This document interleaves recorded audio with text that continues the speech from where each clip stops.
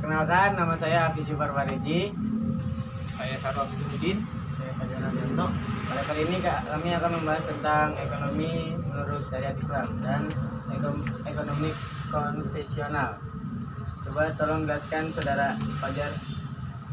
Jadi sistem syariat Islam, ekonomi Islam di dalam Indonesia ini yaitu sistem ekonomi dengan definisi sistemnya yang menjanjikan suatu bentuk perekonomian yang jujur, transparan, egaliter, dan demokratis. Nilai keadilan dan keseimbangan menjadi dasar dari dari perekonomian Islam.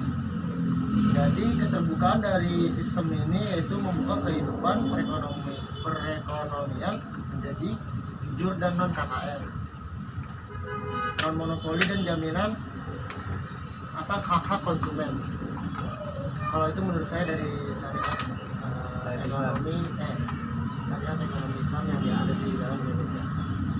Kalau untuk ekonomi konvensional, Kalau menurut saya sih ekonomi konvensional Islam di Indonesia ini kan ini sudah lama berjalan juga di mana di negara kita ini. Indonesia. Jadi kita di mana kita harus terus menggunakan ini karena ini juga banyak menguntungkan sekali untuk berbagai macam pihak yang mau berusaha dalam berdistribusi. Jadi dimana setiap kalau orang yang mau berusaha pasti akan mendapatkan sesuatu yang menguntungkan dibandingkan orang yang tidak mau berusaha tapi mau dapat apapun yang diinginkan, itu kan tidak ini banget. Jadinya konvensional ini sih saya masih tetap pilihan sih. Ya benar. Menurut saya, tapi kalau menurut saya ini tidak saya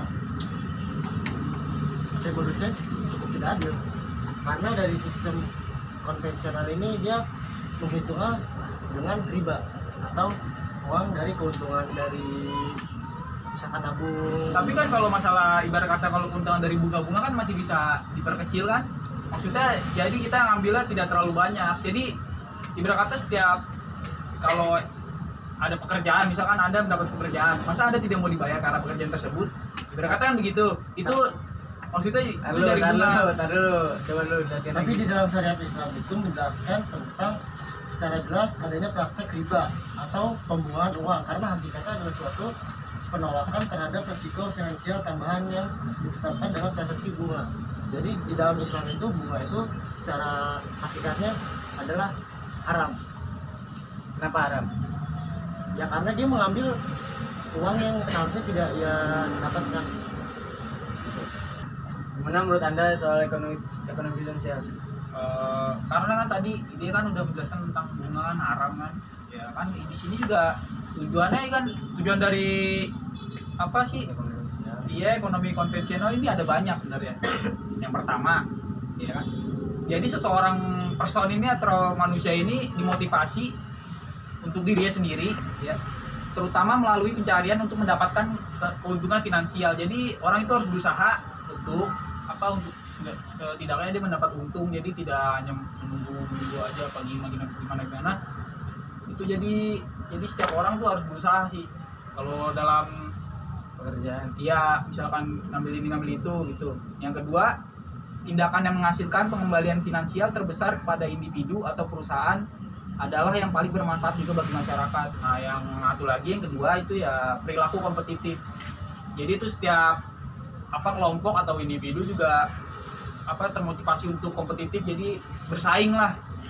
Jadi tidak hanya mengikuti ini gitu aja, tapi dia punya motivasi dalam diri sendiri untuk bersaing, untuk mendapatkan hasil lebih besar, ya kan, tapi dengan cara yang sehat, tidak main curang atau gimana. Mungkin dia ada pemasaran yang lain atau gimana caranya biar dia untung.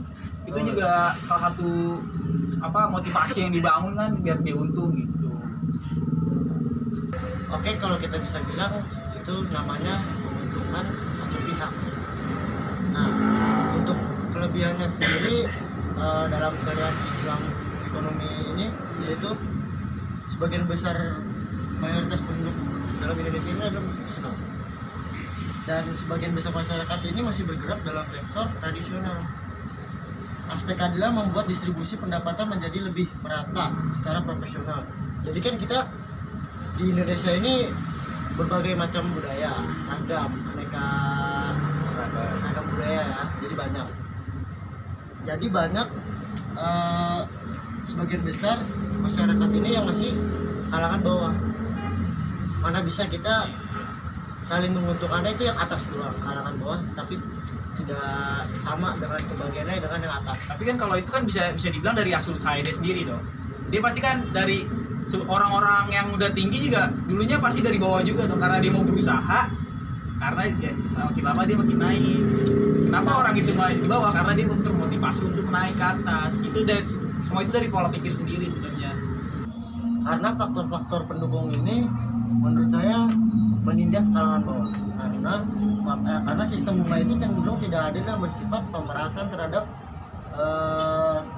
pemerasan tersebut harus diganti dengan sistem yang mutualistik. Jadi kita tidak membedakan suatu kaum yang satu dengan yang lainnya, misalkan. Jadi semuanya sama rata, pembagian hasilnya juga sama, jadi semuanya adil gitu. Tidak ada yang dibeda-bedakan. Tapi ini masih ada keuntungan dari konvensional loh. Yaitu kemajuan dalam pola berpikir yang paling baik diukur dengan peningkatan nilai dari apa yang dikonsumsi oleh anggota masyarakat dan semakin tingginya tingkat belanja konsumen untuk memajukan kesejahteraan rakyat. Jadi nggak hanya kita main ambil riba-ribanya, tapi di sini juga untuk pola pikir kedepannya itu untuk dibangun untuk lebih maju, untuk kembali lagi untuk mensejahterakan rakyat. Sudah cukup pembahasan kali ini saja. Jadi kesimpulannya itu dari pembahasan sistem ekonomi Islam dan dalam Indonesia ekonomi konvensional. Jadi kesimpulannya itu adalah jadi setiap sistem perekonomian memiliki kekurangan dan keuntungan masing-masing. Semoga kalian dapat mengambil sifat positifnya dan membuang sifat negatifnya. Sekian dari kami. Assalamualaikum warahmatullahi wabarakatuh. Waalaikumsalam.